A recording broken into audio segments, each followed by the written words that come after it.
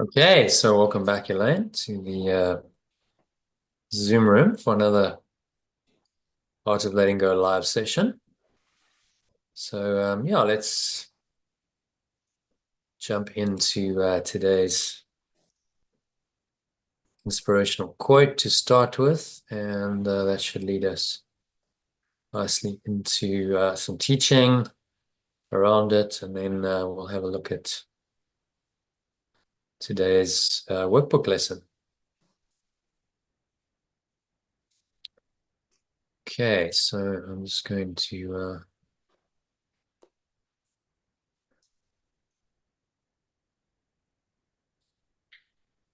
share my screen with you.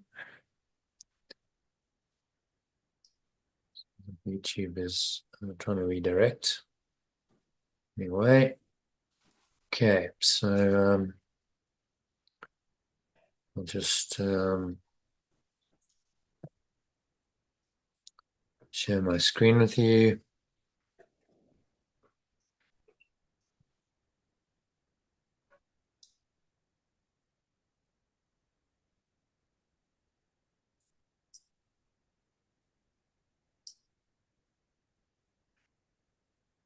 So if you can read the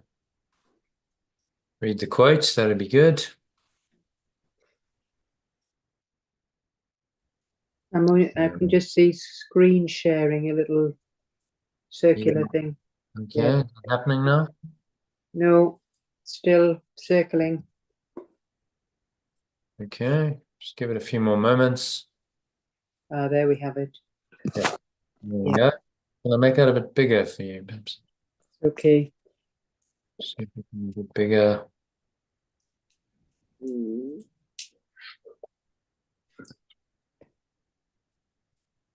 Every grievance you hold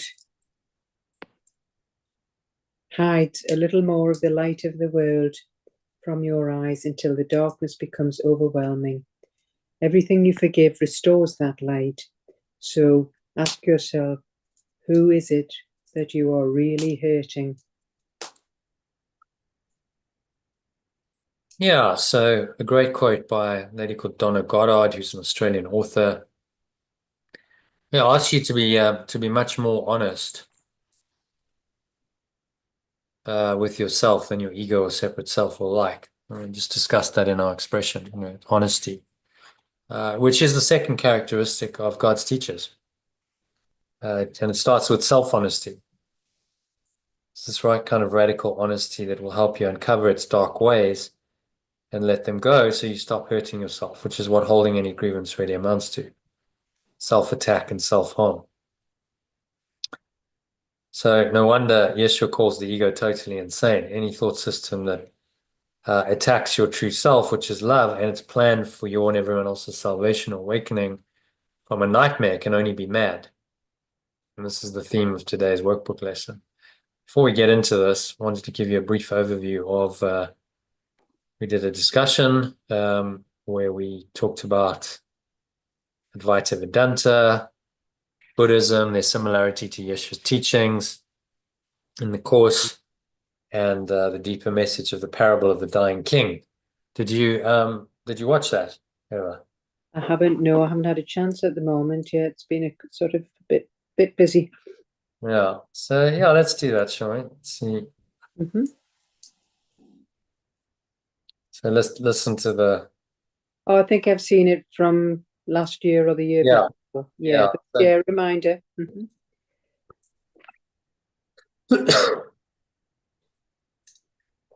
Doesn't seem to be playing, does it? Yeah, I can remember there's 4 wives and yeah, and he goes through, and the one that he gave the least interest to was the one that actually was there for his 4 wives. Yeah. Do you want to listen to it again or not? We can do, yes. One day, the king. And the truth dawned that his life was soon to end. Okay, it's not really happening, is it? For whatever reason, Yeah, there was 4 wives, wasn't there? There was. He thought of the beauty that Hmm. being alone when he died. It's too problematic. It's going to be too slow. So essentially, the parable is there's a king who's dying. He's got 4 wives, and he's afraid of dying alone. So he goes to all of his wives and he asks them, will you come with me to the afterlife? And the 4th one, who he loved the most and he adorned with all kinds of jewelry and gifts, just walks off and says, no way. Third one, who he'd always feared would remarry, says, no, I love this life too much. I'm going to remarry someone else when you die. Second wife was his kind of counselor and confidant. And he said, will you come? And she said, no, I'm sorry, I can't do that, but I'll stay and take care of all the funeral arrangements and make sure that everything like that's handled. And the first wife, who's totally ignored and is skinny and malnourished and loved, says, I'll come with you. And the first wife is the soul, who he hasn't really paid any attention to because he's been too busy. The body, the 4th wife represents the body and all of the body pleasures and adornments, jewelry, and so on. 3rd wife is all about possessions, so material possessions, and he's always fearful that she would remarry because you can't keep those possessions. Those possessions are gonna be distributed to someone else after your death. 3rd wife is family and friends who you might have close relationships, even loving relationships, but they can't go with you beyond the grave. You have to leave them behind. And then first wife is your own innermost awareness, your spirit, your soul, as he calls it, which goes with you wherever you go, and that's obviously going to go with you beyond the body because that's your very essence or core identity. So the lesson is don't ignore your soul in the temptations of the world, which is a great message. So then we talked about grandeur versus grandiosity as well. Key message of the lesson, the text reading taken together, is that only God's or love's plan while salvation or awakening will work, and the ego's plan, which entails believing in littleness or grandiosity rather than the grandeur of the state of pure formless awareness, will never work. And it's only acceptance of the grandeur of the state of perfect love, peace, and joy as our natural state that can make us happy. Anything else we desire is really a desire for nothing in the form of something, which is an impossible wish that will inevitably lead to a grievance when your impossible expectation that it can satisfy is not met. And all of that's just going to make you very unhappy and sabotage your salvation or awakening from this, what is really a nightmare of disappointed desires and related grievances the ego so eagerly sponsors. So all in all, it's not a very good. Whoops, what's happened there? Don't know what's happened. Chrome has just expired. Yeah, see if we can get that back.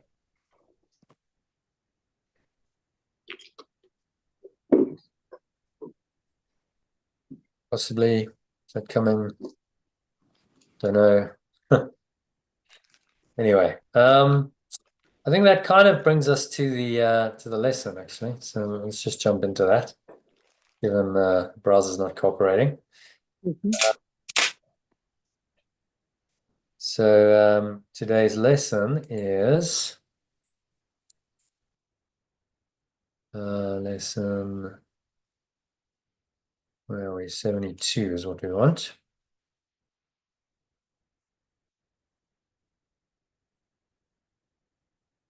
All right, so can you see that, Elaine? Yes. Holding grievances is an attack on God's plan for salvation. And alternatively, holding grievances is... Sorry, I'm just recording going. Yeah, I'll just start again from the top. Holding grievances Holding grievances is an attack on God's plan for salvation. Holding grievances is an attack on perfect love's plan for my awakening. Yeah, and I think the alternative just speaks really more directly to the idea that you're attacking your own loving awareness. You're attacking your own freedom and your own awakening from a dream of death and disaster when you hold a grievance. That puts a very different spin on a grievance, because the ego loves the grievances and says, oh, well, this gives you the opportunity to blame someone else. The grievance is justified. And all of this is just attacking perfect love's plan for your awakening. Well, if you realize that, as he's stating very clearly, why would you do it? So these lessons are just a wake-up course, and we'll realize what you're doing, and then you'll stop doing it. If you think that grievances are justified, then you'll carry on and you'll keep holding the grievances.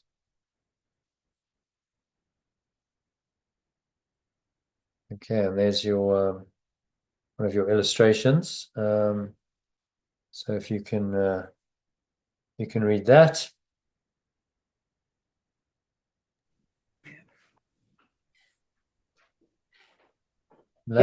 Yes, I'm here. Yeah. Yesterday we repeated throughout the day, holding grievances is the opposite of God's plan for salvation. And ego's plan, resolve grievances by changing external circumstances. God's plan, resolve grievances by contacting the light within. And then he's got a picture of our grievances and the brother there down on his knees. And it says, attack on God's Son is an attack on God. It is perhaps not so apparent why holding grievances is an attack on God's plan for salvation. But let us consider the kinds of things which you adapt to hold grievances for. Are they not always associated with something a body does? A person says something we do not like.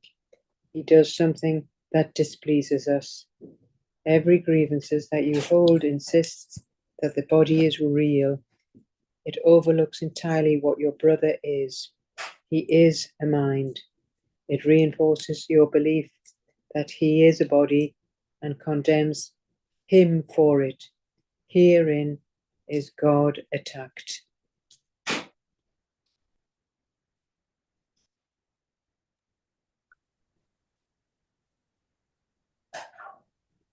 Yeah, so it's a really good paragraph there, just leading into this,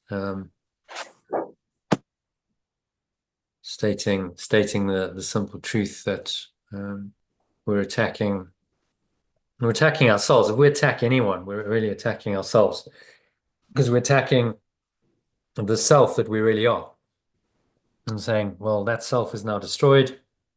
Instead, I'm seeing someone who's sinful and guilty and needs to be condemned, attacked, and punished. And that's a self-perception I must hold in order to project it onto someone else. Okay, so let's, shall I read the original and you read the alternative? Yeah.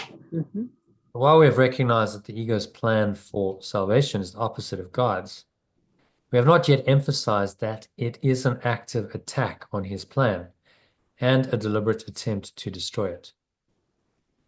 While I may have recognized that the belief in separation's plan for freedom is the opposite of perfect love's, I may not have yet emphasized that it is an active attack on its plan and a deliberate attempt to destroy it. God is assigned the attributes which are actually associated with the ego, while the ego appears to take on the attributes of God. In this attack, pure formless awareness of perfect love is assigned the attributes which are actually associated with the belief in separation, while the belief in separation appears to take on the attributes of perfect love. From the top, while I may have recognized that the belief in separation's plan for freedom is the opposite of perfect love's. I may not have yet emphasized that it is an active attack on its plan and a deliberate attempt to destroy it. In this attack, pure formless awareness of perfect love is assigned the attributes which are actually associated with the belief in separation, while the belief in separation appears to take on the attributes of perfect love.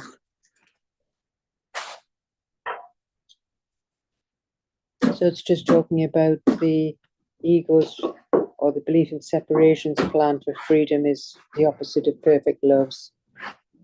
So we may not have recognized this as yet, but it is a deliberate attempt to destroy it. So it's all upside down. Things are Yeah. really upside down and backwards. These are some grievances that the ego holds are an active attack on God's plan. So you actively, I think what he's trying to do is really wake us up here. So you're attacking yourself here. Got to recognize that these are not acceptable. So well, it's just a little irritation. We all have our grievances. It's okay. That's what the ego tells us. So no, you're attacking yourself. And if you attack yourself, what else can you expect but pain and suffering? So you got to stop doing it at all. A minor attack is as much a problem as a major one, because as he says, there's no hierarchy of illusions, and a little bit of irritation covers over intense rage. It says that at some point in the text.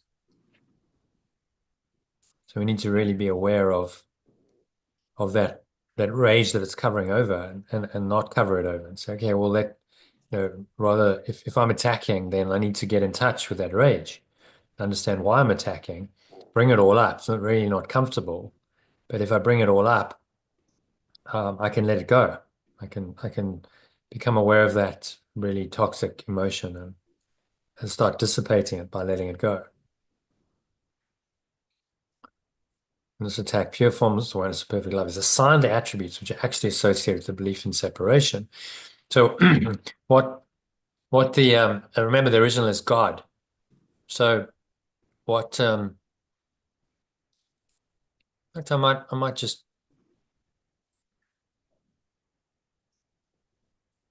keep it as God, because if we look at the where are we?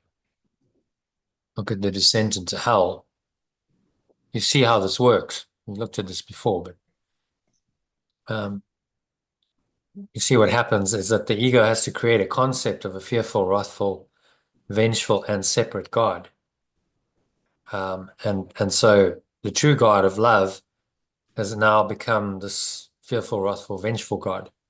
And so these are attributes of the ego that have now been projected onto a concept of God, and traditional religions say this is God, fearful, wrathful, vengeful God, which is exactly what he's saying here.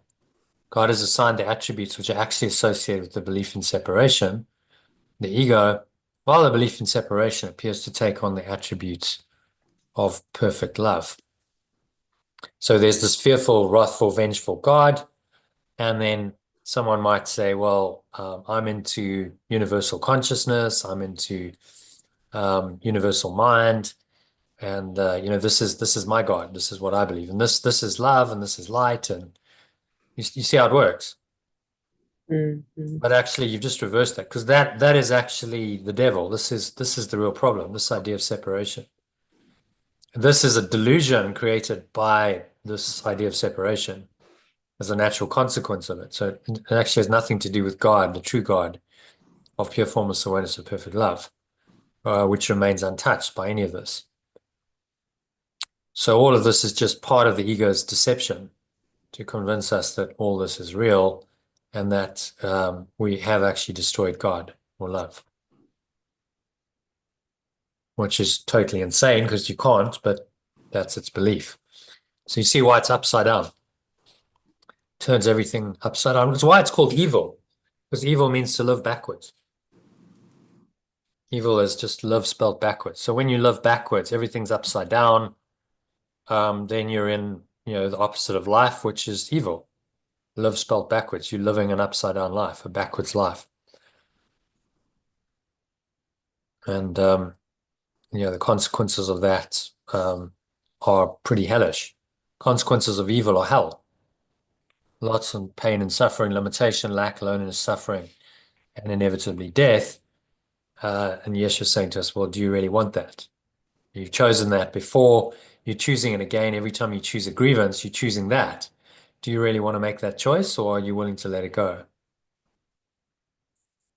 That's the question that we're being asked to answer all the time, isn't it? Mm-hmm. Okay, so happy to move on to number 2. Yep. So the ego's fundamental wish is to replace God. Belief in separation. Separation's fundamental wish is to replace pure formless awareness of perfect love. In fact, the ego is the physical embodiment of that wish. In fact, the body is the physical embodiment of that wish. Or is that wish that seems to surround the mind with the body, keeping it separate and alone, and unable to reach other minds except through the body that was made to imprison it. Or it is this wish that seems to surround the mind with a body, keeping it separate, alone, and unable to reach other minds except through the body that was made to imprison it. Limits on communication cannot be the best means to expand communication. The limit on communication cannot be the best means to expand communication. Yet the ego would have you believe that it is. Yet my separate self wants me to believe that it is. And from the top, the belief in separation's fundamental wish is to replace pure formless awareness of perfect love. In fact, the body is the physical embodiment of that wish, or it is this wish that seems to surround the mind with a body, keeping it separate, alone, and unable to reach other minds except through the body that was made to imprison it. The limit on communication cannot be the best means to expand communication, yet my separate self wants me to believe that it is. So it's just talking about the belief in separation's wish to replace the pure formless awareness of perfect love. The body is the physical embodiment of that wish. So it's keeping the mind and the body's keeping it separate, alone, and unable to reach other minds except through the body, which is actually an imprisonment. I noticed that yesterday, actually. So I went for a walk, even though I had this migraine going on. Yeah. And when I got into the car park, we drove there, I had this thought of, well, I'm probably the only one in this much pain. And I felt kind of separate from everyone else in that moment. But I clocked it straight away. I was like, oh, that's interesting. Okay. So that's exactly how the ego works. Your physical condition then confirms that you're a separate self. And you feel separated and limited and isolated in the prison of your body. At that point it was, because I had a splitting headache. Wasn't very funny, but I thought I'd rather get out and walk than just sort of lie around and feel sorry for myself. So, but I noticed that thought, and I went, okay, well, I see that. This is how the ego works, isn't it? Oh. To identify with the body through some kind of sickness, or in my case, it was just a migraine, it was a lot of pain. But nevertheless, that pain is being experienced by me, seemingly alone, and other people are fine, which then separates me from them in my own mind and perception, and then I believe I'm a separate self, which means the ego is in charge. I clocked it and I was aware of it. I was like, okay, well, just sort of watch that and let it go, and just try to just be in the moment and just walk. Even though there was this pain going on, I was like, okay, well, it's just a sensation, it's a sensation in your head. Just focus on walking and being in the moment, and it was okay. Um, I wasn't resisting the pain. I was just kind of allowing it to be there. Anyway, so yeah, these are the lessons, and you observe yourself next time you have any kind of sickness, illness, limitation in the body. Notice how the ego wants to use that to tell you that you're a separate self, alone, unconnected to each other mind, except through the body that was made to imprison it. Exactly what he's saying here. Yeah. And the limit on communication, the body cannot be the best means to expand communication. Yet my separate self wants me to believe that it is. The separate self says, no, you're a body, and just stick to the body and the body's identity. And then a lot of people get very obsessed with the body's health or sickness, and they go the allopathic medicine route, which reinforces that they're a body. Because allopathic medicine doesn't tell you that you're a mind, and your mind has power over the body. In fact, the opposite. It says the body is some kind of mechanistic machine, and the health or sickness of it lies in bodily processes, physical functions, which can then be addressed, changed, manipulated, and so on by medicine to make you sick or well. Doesn't really bring the mind into the equation. In psychiatry, maybe you could argue, but then even in psychiatry, they're saying, well, all we do is we'll use drugs to change the biochemistry, which is then going to change your thoughts. Mm. It's still the wrong way around. It's like we're going to change it through the body, not through the mind.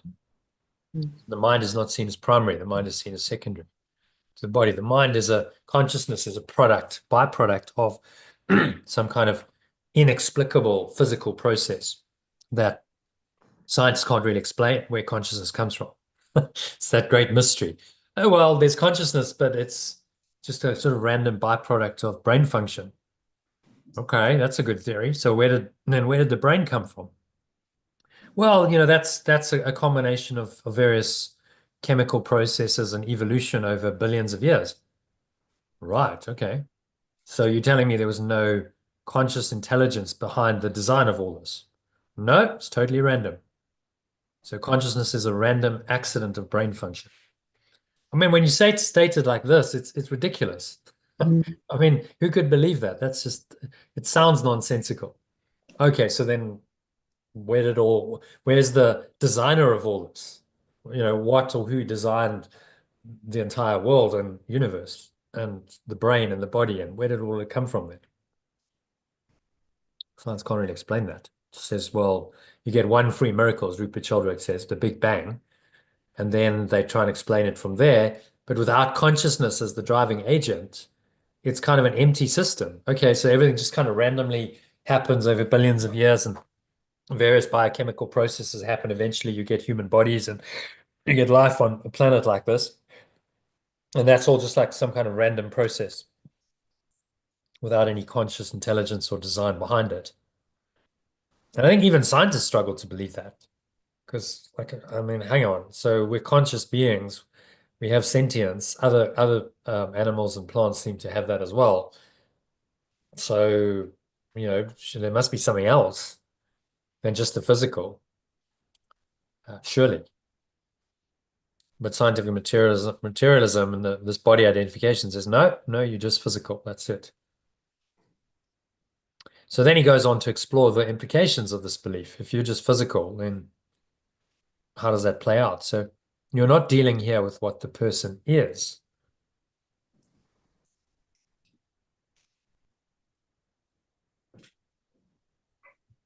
And number 3, actually. Did we do number 3? No, we did. We skipped We're on 3. to 3 now, aren't we? The attempt to keep the limitations that a body would impose is obvious here. It is perhaps not so apparent why holding grievances is an attack on God's plan for salvation. Although the attempt to keep the limitations that a body imposes is obvious here, it is perhaps not so apparent while holding grievances is an attack on perfect love's plan for awakening. But let us consider the kinds of things you're apt to hold grievances for. But if I consider the kinds of things I am apt at holding grievances for, this will become more obvious. Are they not always associated with something a body does? Are they not always associated with something a body does? A person says something you do not like.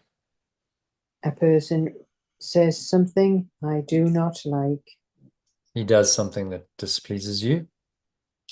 They do something that displeases me. He betrays his hostile thoughts in his behavior. They betray their hostile thoughts in their behavior. Yeah, an alternative. Yeah. Oh, oops. Although the attempt to keep the limitations that a body imposes is obvious here, it is perhaps not so apparent why holding grievances is an attack on perfect love's plan for awakening. But if I consider the kinds of things I am apt to hold grievances for, this will become more obvious. Are they not always associated with something a body does? A person says something I don't like. They do something that displeases me. They betray their hostile thoughts in their behavior.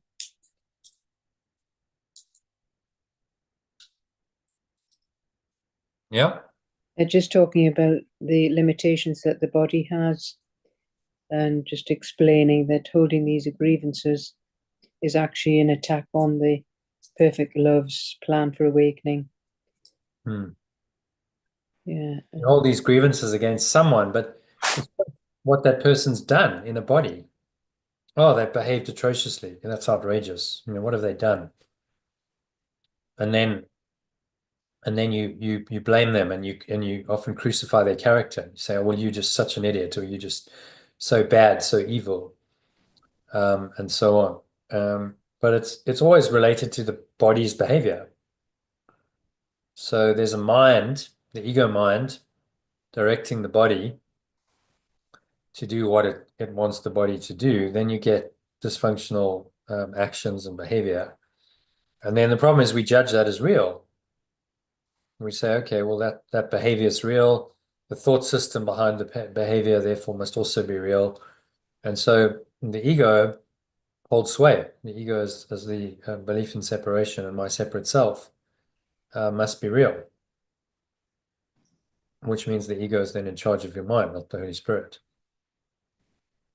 See how it works. It's very, when you see it clearly, it's pretty straightforward what the ego is trying to do. Once you understand its game, it's perfectly obvious what it's always trying to do. But to wise up to that requires a lot of mind training, a lot of spiritual practice, which is why we're doing the course, I guess, so that we can become wise to it and know the ways of the ego so we don't fall for them. Essentially what the course is training us to do. Okay? Any other thoughts on number 3? No, that's clear. And before then, so you're not dealing here with what the person is. Yeah. I am not dealing here with what the person is. On the contrary, you are exclusively concerned with what he does in a body. I am exclusively concerned with what their body does. You're doing more than failing to help in freeing him from the body's limitations.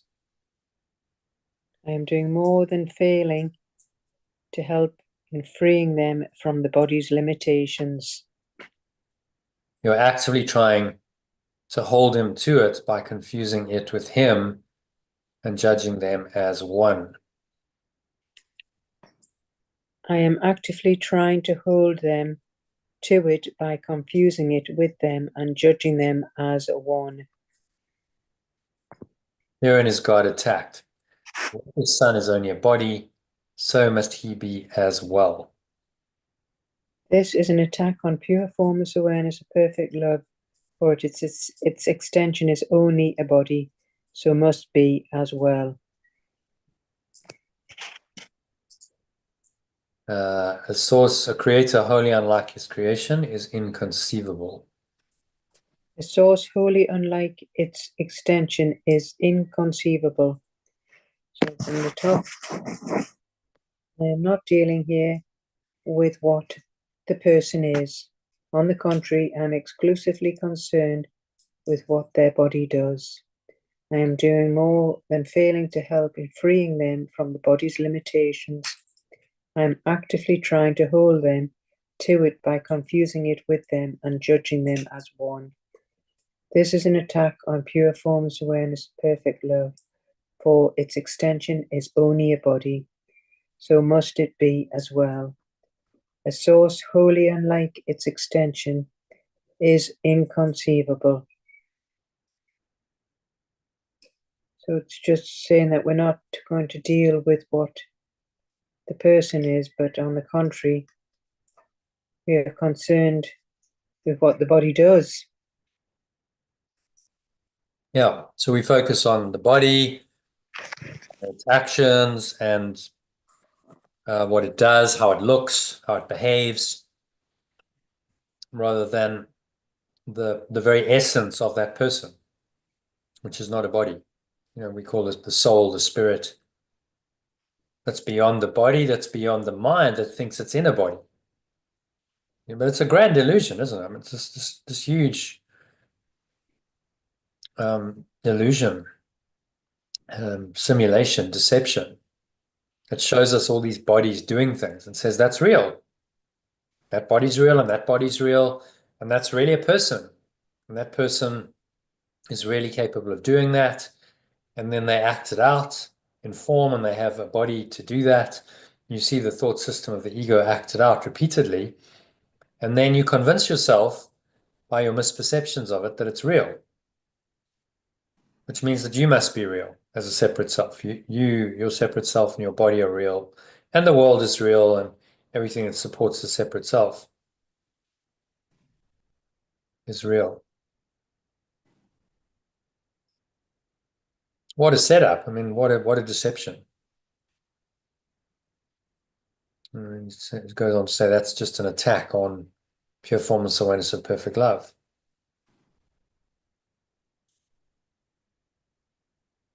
Okay. And then the second part of it is saying we project this onto God. This is an attack on pure formless awareness of perfect love. Its extension is only a body, so must it be as well. So we then have to see God in the image we've created, him, it. God is created in our own image and likeness. The ego's image and likeness, in other words. Does that make sense? Mm-hmm. So we've created a false concept of God. Looking here, concept of a fearful, wrathful, separate, and vengeful God that has nothing whatsoever to do with the true God of pure formless awareness of perfect love. This is God created in our own image and likeness. So this God didn't create us in his image and likeness. We created it in our ego's image and likeness. And it is a product of a delusional mind. Which is why, if you read people like Richard Dawkins, they call it the God delusion. They mean this. What he goes after is this concept of a fearful, wrathful, vengeful God in traditional religions, and says that's a delusion. I agree with him. But what he doesn't explore is what lies beyond the delusion. He then goes, okay, well, that's a delusion. So we've disproved God. So there you go. Job done. God doesn't exist. No, you just disproved what is false.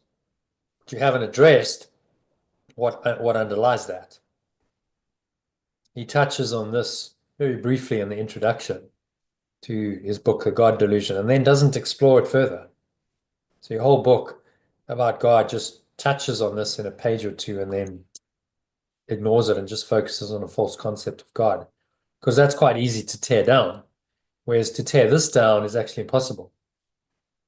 If you're logical, you have to then consider, okay, well, you know, that idea of separation, the Big Bang, where did that come from? Came from an idea of separation. Okay, so what preceded the idea of separation? It must have been an awareness pre-separation awareness, or pure formless awareness of perfect love, we call it. That was whole, perfect, and complete. So it doesn't, if you really look at the metaphysics and you look at the logic of the sequence, the ego doesn't stack up. It's kind of an entity that doesn't really have a source. An idea of separation, okay, where did that come from? Couldn't have come from perfect oneness. Because perfect oneness and separation disagree. So the idea of separation came into existence from nothing because it is nothing. Now we believe in it, so nothing has become something. We've projected a whole world of nothingness out there, but it doesn't make any of it true. It's still all false. Fortunately. So it's just realizing that. All right. On to number 5. So God is a body. What must his plan for salvation be? Needs to be lifted up. Sorry. Yeah. That pure formless awareness, perfect love, is a body. What must its plan for freedom be? What could it be but death? What could it be but death? In trying to present himself as the author of life and not of death, he is a liar and a deceiver, full of false promises and offering illusions in place of truth. Trying to present itself as the author of life rather than death. It is a liar and a deceiver, full of false promises and offering illusions in place of truth. The body's apparent reality makes this view of God quite convincing. The body's apparent reality makes the view of perfect love awareness quite convincing. In fact, if the body were real, it would be difficult indeed to escape this conclusion. In fact, if the body were real, it would be difficult indeed to escape its conclusion. And every grievance that you hold insists that the body is real. And every grievance that I hold insists that the body is real. It overlooks entirely what your brother is. I just need to lift that up a bit. It overlooks entirely what other people are. It reinforces your belief that he is a body and condemns him for it. It reinforces my belief that they are bodies and condemns them for it. And it asserts that his salvation must be death, projecting this attack onto God and holding him responsible for it. And it asserts that the freedom must be death, projecting this attack onto pure formless awareness of perfect love and holding it responsible for it. And from the top, if pure formless awareness of perfect love is a body, what must its plans for freedom be? What could it be but death? And trying to present itself as the author of life rather than death. It is a liar and a deceiver, full of false promises and offering illusions in place of truth. The body's apparent reality makes this view of perfect loving awareness quite convincing. In fact, if the body were real, it would be difficult indeed to escape this conclusion. And every grievances that I hold insists that the body is real. It overlooks entirely what other people are. It reinforces my belief that they are bodies and condemns them for it. And it asserts that their freedom must be death, projecting this attack onto pure formless awareness of perfect love and holding it responsible for it. So it's just saying it, you know, it's just questioning if you think the pure form of perfect love is a body, what must its plan for freedom be then? Could it be death? And trying to present this as the author of life rather than death. So it's just saying it's false, it's a liar, full of false promises, offering illusions in the place of truth. So it's just saying the body's apparent reality makes the view of perfect love awareness quite convincing. So Yeah. if you did think the body was real, it would be very difficult to escape this conclusion. Yeah. Which is a setup. People focus on the body and they say, well, look, people get sick, they suffer, they die. How can love be real? There's no love because everything is attacked here. Everything's condemned ultimately to death. Yeah, and there's no love here. So then lack of love must be true. And the ego's proven its case to itself, locked you up in the prison of its false beliefs, try to throw away the key, and it says, there you go. You know, this is now your new self, your new reality that I've created for you, and you'll never escape. Which is very depressing because there's no hope within the system. You're just doomed to carry on this futile wheel of birth and death, the cycle of birth and death and suffering.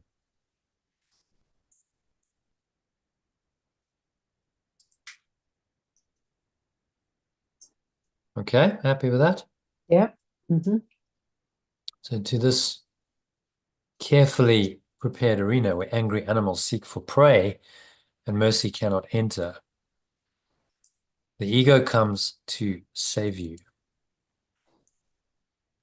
To this carefully prepared arena where angry animals seek for prey and unconditional love cannot enter, the belief in separation comes to save me. God made you a body.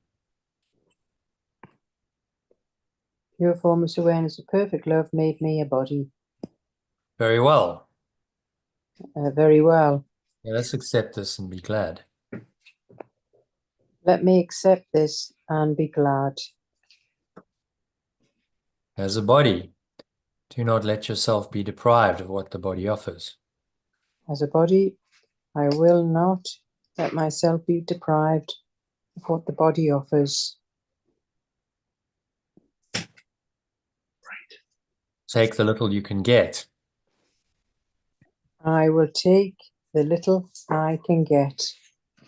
God gave you nothing. Pure formless awareness of perfect love gives me nothing. The body is your only savior. The body is my only savior. It is the death of God and your salvation.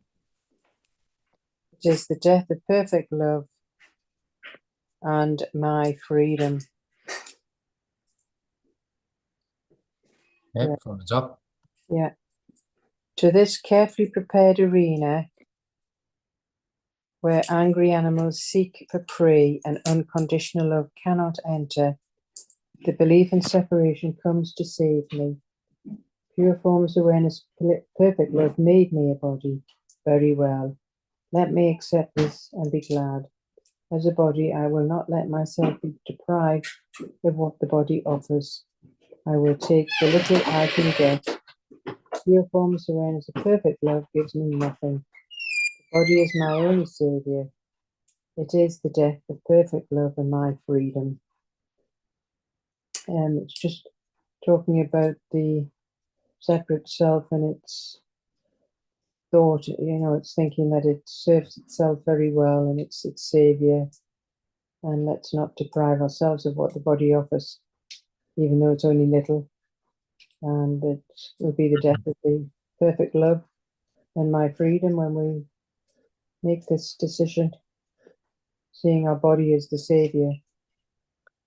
It's But this is the sort of hedonistic lifestyle that a lot of people in the world follow. It's okay, well, this whatever I can get, how much can I consume, how much pleasure can I get?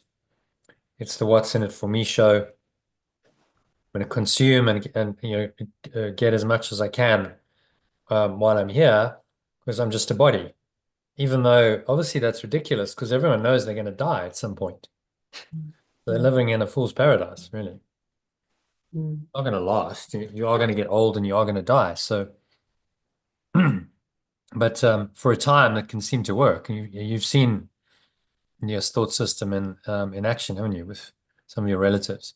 mm, You can see, that it's a delusion, but they want to believe in it, and very difficult to convince them otherwise until the obvious limitations of the body crop up. So, hedonistic lifestyle has its consequences. In health terms, there's going to be premature aging, often sickness, leading to death. And then, well, okay, that's the price for identifying yourself as a body. You tend to die sooner because you believed in the impermanent. mm, So yeah, the body is ultimately going to fade away for everyone. But where's your mind? Do you age gracefully and just let go of the body identity systematically and progressively as you get older? So the light shines through you. By the end of your life, the body you're just ready to let it go. You've done all that spiritual work and no longer any attachment to the body. Or are you still really invested in the body? In which case, old age and sickness and death are going to be very difficult for you because the body's failing you. And but you've identified with it. And there's nowhere else to go. If your mind tells you that you're just a body, and it's all pretty desperate, isn't it? Your body's failing, you're going to die. There's no identity outside of the body, then you're dying. There's nothing much you can do about it. Desperately cling on to the last vestiges of life here, which is why people go on life support machines and so on. But at some point it becomes obvious that there's just no point. There's no quality of life anymore. So yeah, it's just highlighting these, actually quite prevalent beliefs.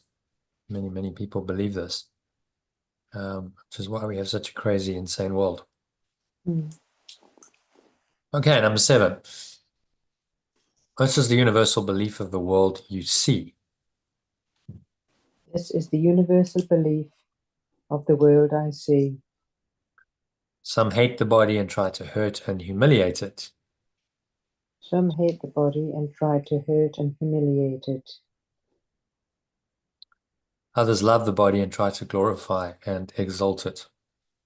Others love the body and try to glorify and exalt it. But while the body stands at the center of your concept of yourself, you are attacking God's plan for salvation and holding your grievances against Him and His creation, that you may not hear the voice of truth and welcome it as friend. But while the body stands at the center of my self-concept, I'm attacking perfect love's plan for awakening and holding my grievances against it and its extension, so that I do not hear the voice of truth and welcome it as a friend. Your chosen Savior takes His place instead. My chosen Savior takes its place instead. It is your friend, He is your enemy. It is my friend, and pure formless awareness of perfect love is my enemy. And from the top, this is the universal belief of the world I see. Some hate the body and try to hurt and humiliate it. Others love the body and try to glorify and exalt it. But while the body stands at the center of my self-concept, I am attacking perfect love's plan for awakening and holding my grievances against it and its extension, so that I do not hear the voice of truth and welcome it as a friend. My chosen Saviour takes its place instead. It is my friend, and pure formless awareness of perfect love is my enemy. So it's just saying that this is a universal belief of the world. We seem to hate the body and humiliate it, or we love the body and glorify and exalt it. While this body stands at the center of this self-concept, we're just attacking and blocking perfect love's plan for us to awaken. And by holding grievances against it, so that we don't hear the voice of truth and welcome it as a friend, but we choose our Savior as in place of it. And we see the pure forms where it's perfect love as an enemy.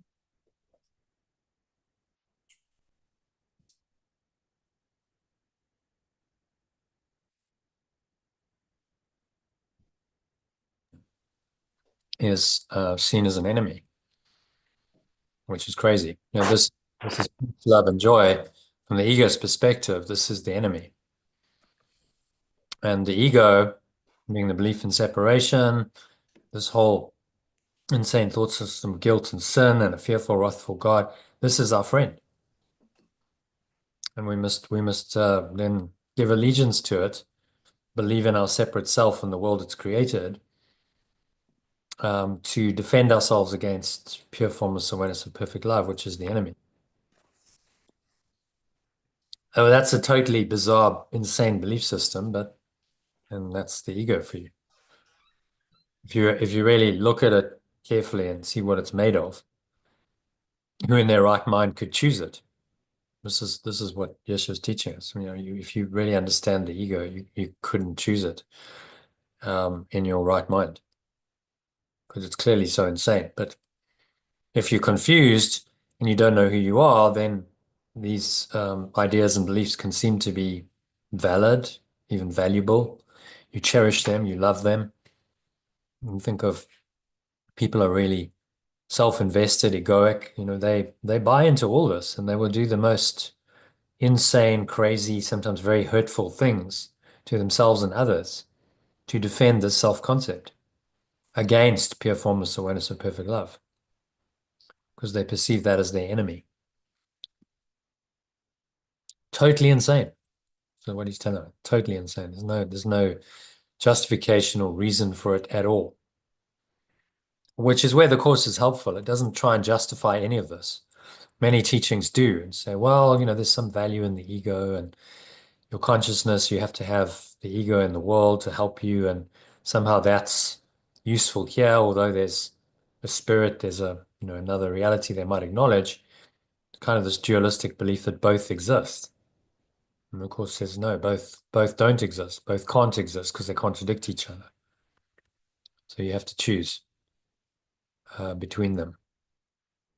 So then he says in the paragraph 8, we will try today to stop these senseless attacks on salvation.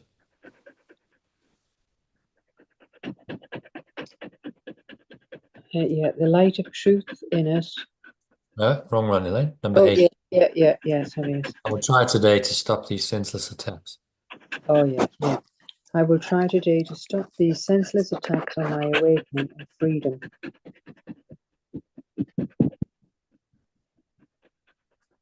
We will try to welcome it instead.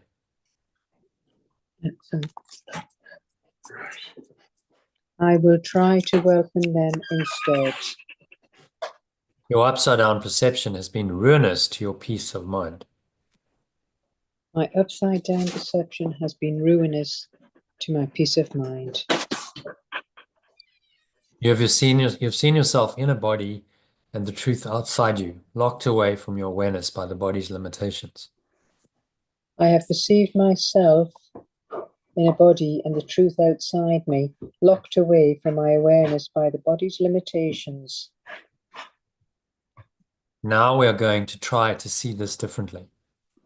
Now I am going to try to perceive this differently. From the top. I will try today to stop these senseless attacks on my awakening and freedom. I will try to welcome them instead. My upside-down perception has been ruinous to my peace of mind. I have perceived myself in a body and the truth outside me, locked away from my awareness by the body's limitations. Now I am going to try to perceive this differently. So it's just saying at this point we're going to try to stop these senseless attacks to our awakening and freedom. And instead we're going to welcome them instead of this upside down perception that we have, which is ruinous to our peace of mind. We've always perceived ourselves as a body and the truth outside us, locked away from this awareness of the body's limitations. So now we're going to try and see this differently.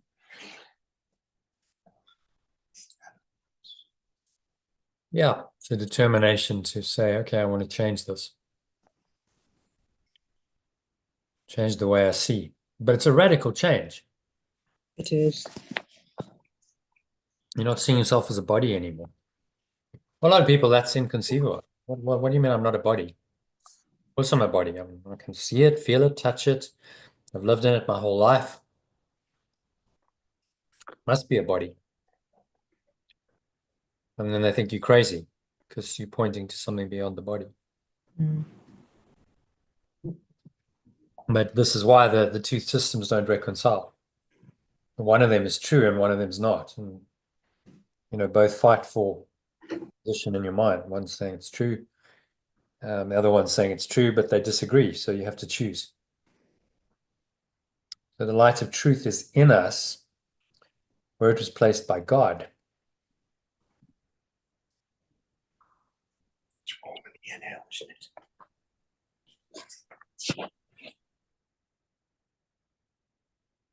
Elaine, are you reading? Yes. Yeah. Right. Where am I? Number.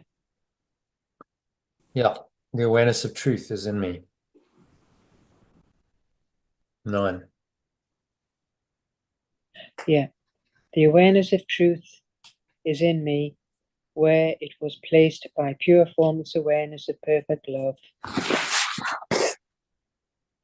It is the body that is outside us and is not our concern. It is the body that is outside me and is not my concern. To be without a body is to be in our natural state. To be without a body is to be in my natural state. To recognize the light of truth in us is to recognize ourselves as we are. To be aware of the truth in me is to recognize myself as I really am.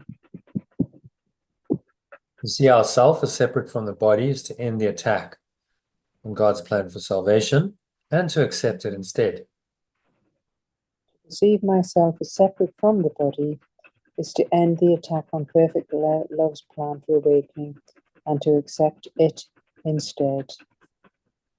And wherever his plan is accepted, it is accomplished already.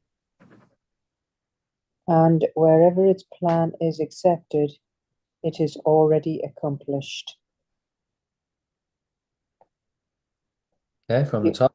Yeah, the awareness of truth is in me, where it was placed by pure formless awareness, perfect love. It is the body that is outside me and not my concern. To be without a body is to be in my natural state. To be aware of the truth in me is to recognize myself as I really am. To perceive myself as separate from the body is to end the attack on perfect love's plan for awakening and to accept it instead. And wherever its plan is accepted, it is already accomplished. So it's just letting us, realize the truth that who we really are, and that the actual body is really outside us, and it's not our concern.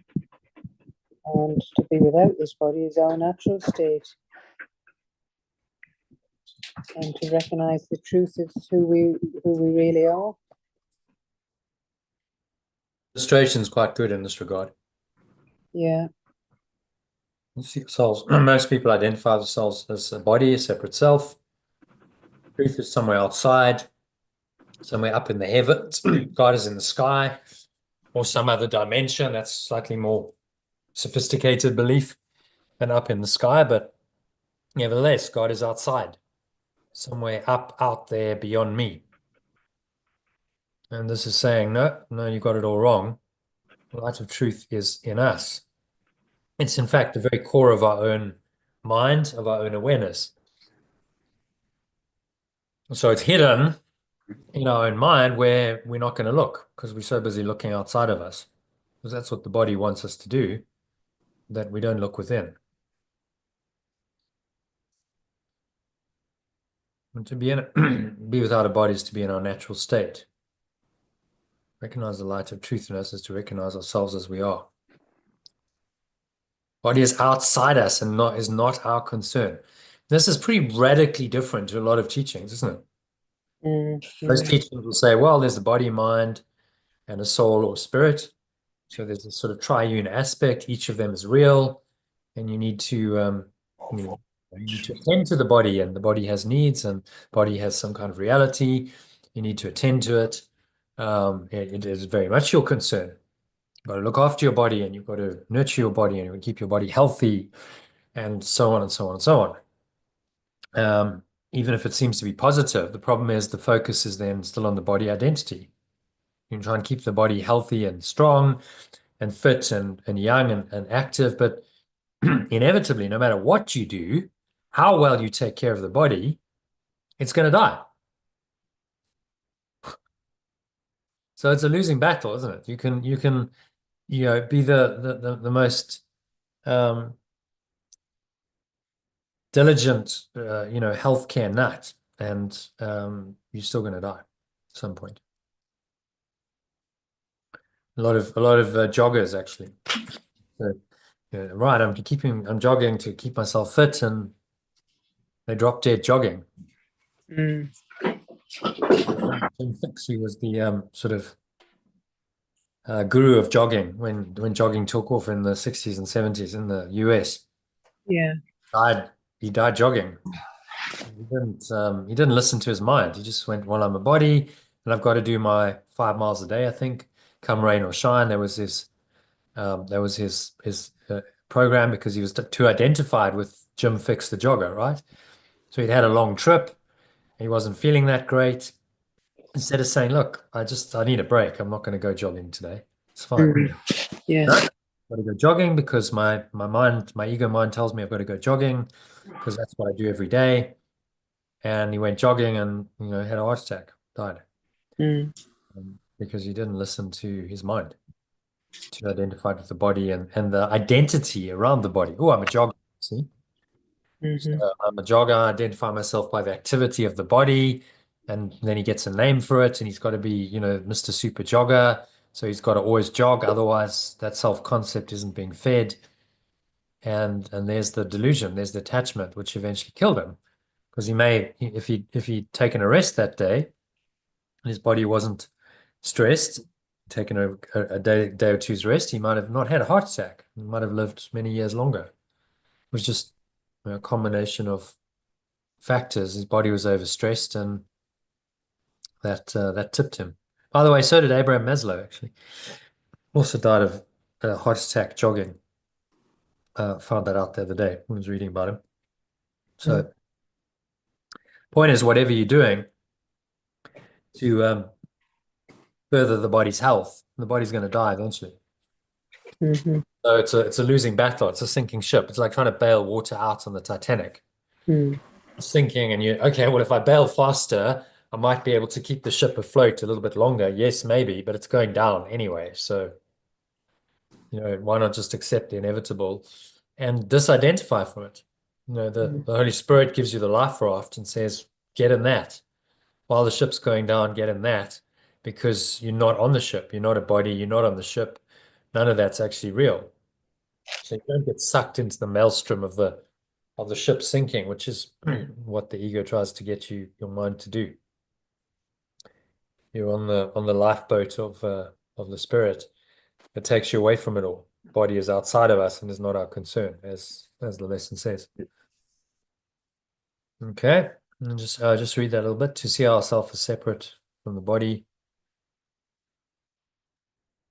Yeah. Just go in the garden. Yeah. Where are we? Yeah. Yeah. Ourself is separate from the body. The bottom of the illustration. Our goal is Right? yeah. I'm just trying to. Where am I? What number? No, we're still in the illustration. Oh, I see. Right. Yes. See ourselves as separate from the body. Yeah. Good screen. It's there. Yeah. To see ourselves as separate from the body is to end the attack on God's plan for salvation and to accept it instead. Yeah. So radically different from so many teachings, because you're separate from the body. You're not a body. This is what the Course is saying. Mm. You never will be a body, and to identify yourself as a body in any way, shape, or form, even if it's a healthy body. Okay, well, I want a healthy body, I want a fit body, I want a strong body, I want a sexy body. And that's all delusional because you're not a body. Mm. Pretty radical stuff for most people to accept that, given the body's apparent reality, and that the light in your mind is just formless. There's nothing tangible to that. You can't see it, feel it, touch it. You can only experience it as an inner awareness, as you cultivate it through spiritual practice. Okay, so let's just read this, then we can do a meditation on it because it takes us into meditation. So our goal in the longer practice periods today is to become aware that God's plan for salvation has already been accomplished in us.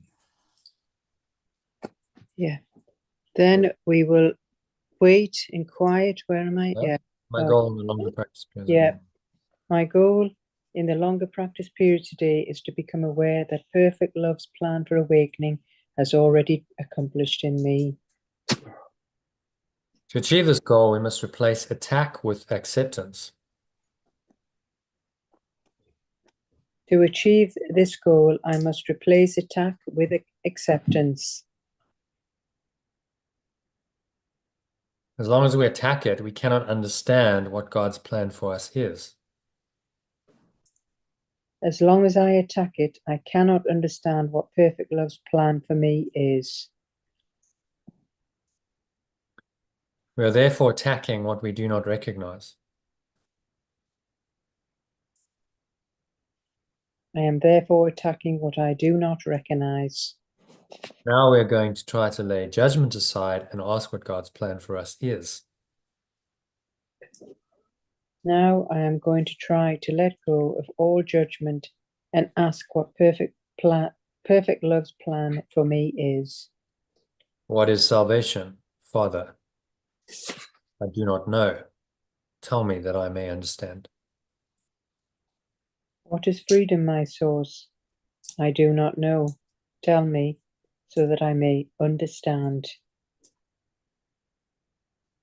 Then we will wait in quiet for his answer. Yeah. Number 9. Yeah. Then I will wait in quiet for its answer. We have attacked God's plan for salvation without waiting to hear what it is.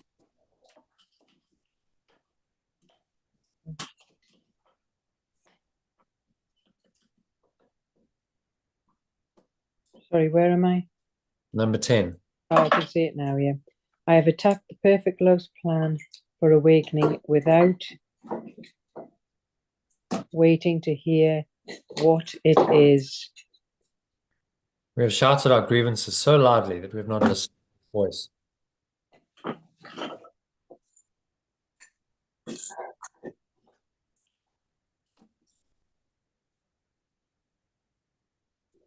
Number 11. I have shouted my grievances so loudly that I have not listened to its voice. We've used our grievances to close our eyes and stop our ears. I have used my grievances to close my eyes and block my ears.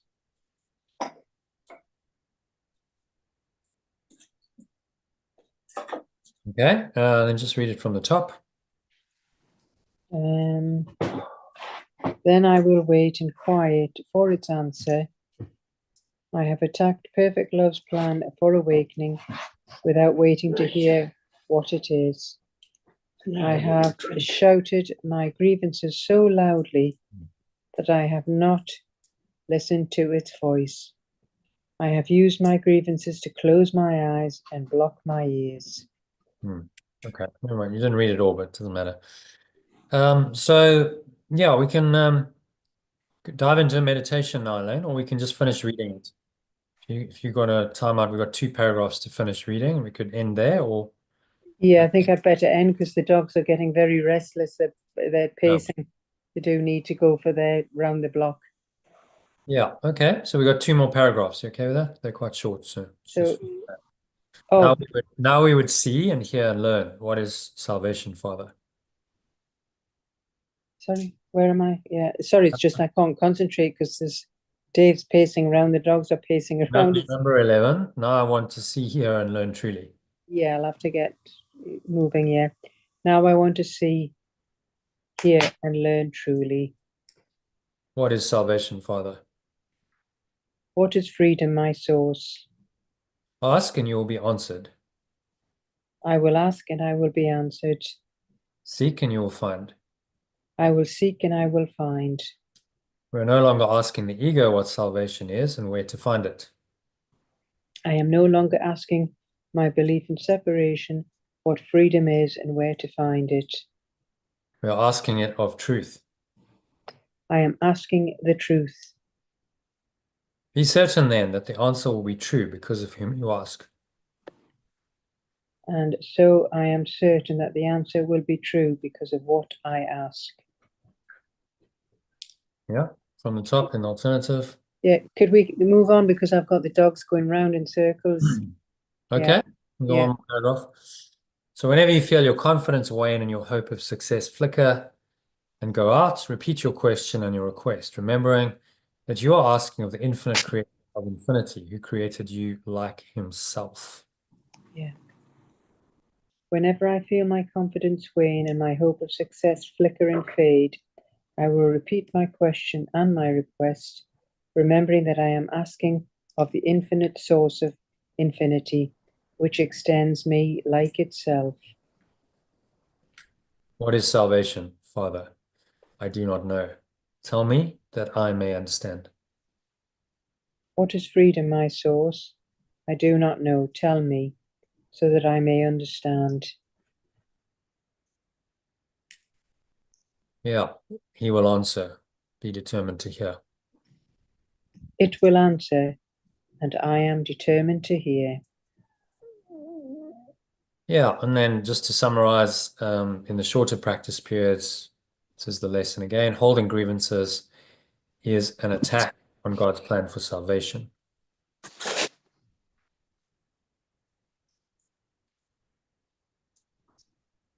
Yeah, and then just read that. Holding grievances is an attack on perfect love's plan for awakening. Number 3. Holding grievances is an attack on perfect love's plan for awakening. Let me accept it instead. What is freedom, my source? Then I will wait a minute or so in silence, preferably with my eyes closed, and listen for its answer. Yeah, so nice reflection, contemplation, reminding of the truth, and then saying, okay, so what is freedom then? Holding grievances is an attack on perfect love's plan for awakening. What does freedom look like? And then you sit quietly in silence and ask for the answer to come in a contemplative state. And these short little exercises are little mini meditations, little contemplations throughout the day, which just connect you with the source again, which is why, as we've discussed before, it's highly recommended you do them because it keeps you in touch. with source, and so you don't lose yourself in, whatever's going on in the world. The more you practice, just that minute or so of practice can reconnect you with your source. It reminds you, okay, yeah, there's something else beyond the physical, beyond the material, beyond what I'm dealing with on the surface level of my life in this world. The more you do that, the more you cultivate this awareness, the more awakened you become, rather than attacking it.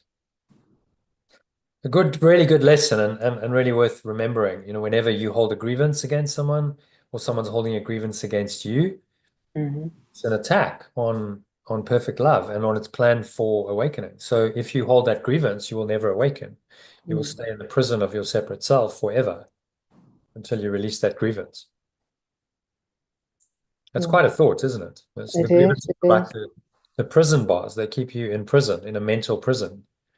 And the ego tells you that your grievances are freedom, but that's a lie, because they keep you imprisoned in the prison of your separate self, and they make sure that you stay there, locked up very tight, away from the light and pure formless awareness forever. As long as you hold the grievances, then you're not aware of who you really are, of the true self, or true awareness. So a really good lesson to remind yourself. And then, if you remember this, you'll drop the grievance. Just go, why am I holding a grievance? Because it's not helping me. It's not serving me. In fact, I'm attacking myself right now by holding the grievance. Well, if you hold that thought, you can't attack yourself for too much longer, can you? Because it becomes evident to you that you're insane. Well, why would I attack and hurt myself? So this is the value of the lessons. It brings about a self-awareness, and then a change of mind. That self-awareness must lead to a change of mind. If you're really aware that you're being idiotic and stupid by attacking yourself, you have to change it. That's why the ego tries to keep you as far away from self-awareness and mindfulness as possible. And just believing, what it tries to do is get you to believe you're a body. Because if you're a body, then you can't change your mind, can you? If you don't even have a mind, because you're a body, how can you change your mind?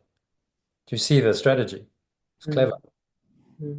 So the whole scientific materialist paradigm, based on the so-called material reality of the world and the body, then denies that there's a mind. So if there's no mind, then you can't change the mind.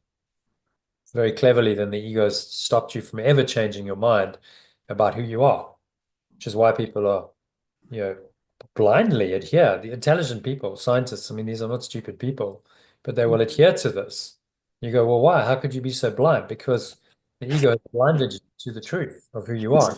Want you to who you are. Because then that's the end of your separate self. And scientists, like everyone else, they have an ego. They're invested in the separate self. So they're not objective at all. They're as invested in the separate self, possibly even more so.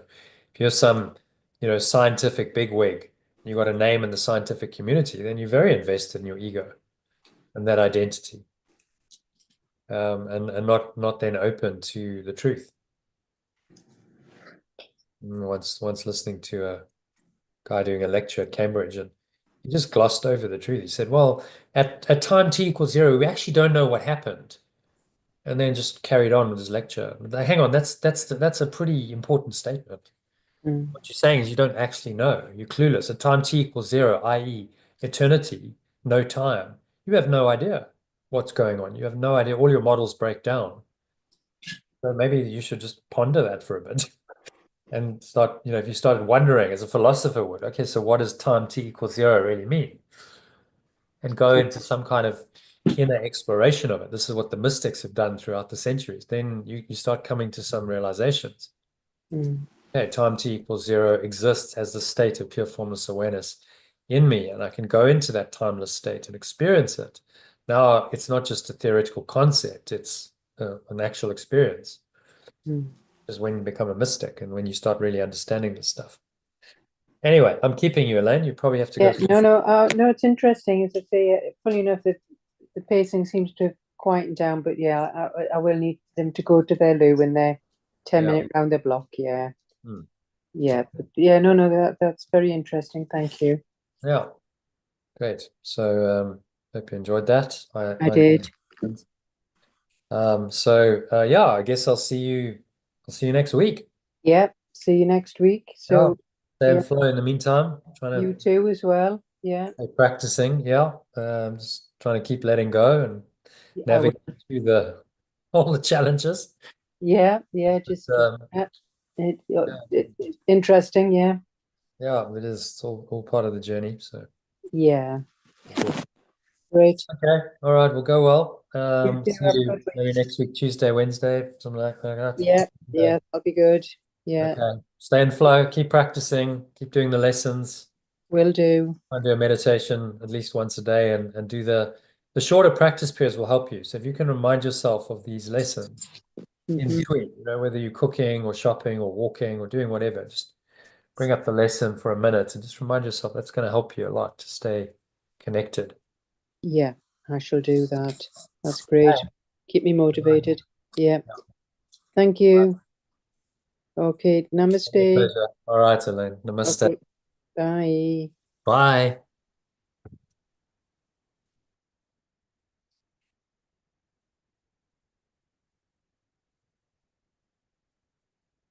Okay, so that is a wrap for today.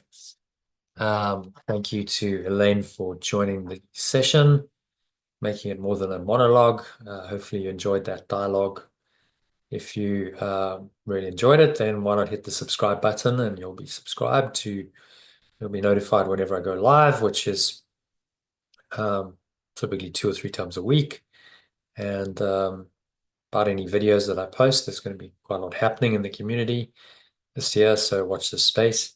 You can also go to lifepool.com. You can see that in the background, in the logo on the virtual background. So type lifebuild.com into your browser, and you can then sign up to a Telegram group. You will need Telegram installed on your phone or mobile device. Yeah, I'll send you daily inspirational quotes, some of the mind training material I'll show you an example of, plus a lesson and invitations to join these live sessions. So you'll get the invitations, the time, and the Zoom link, so you can join in for the first 3 weeks anyway, totally free of charge. So if you like this, go to lifebuild.com, do that, and yeah, I hope to catch you on the inside of one of these sessions or of the Telegram group soon. Thanks for watching or listening, and namaste, which means the truth in me acknowledges and honors that same truth in you. And it looks like I'm disappearing from the screen. So bye for now.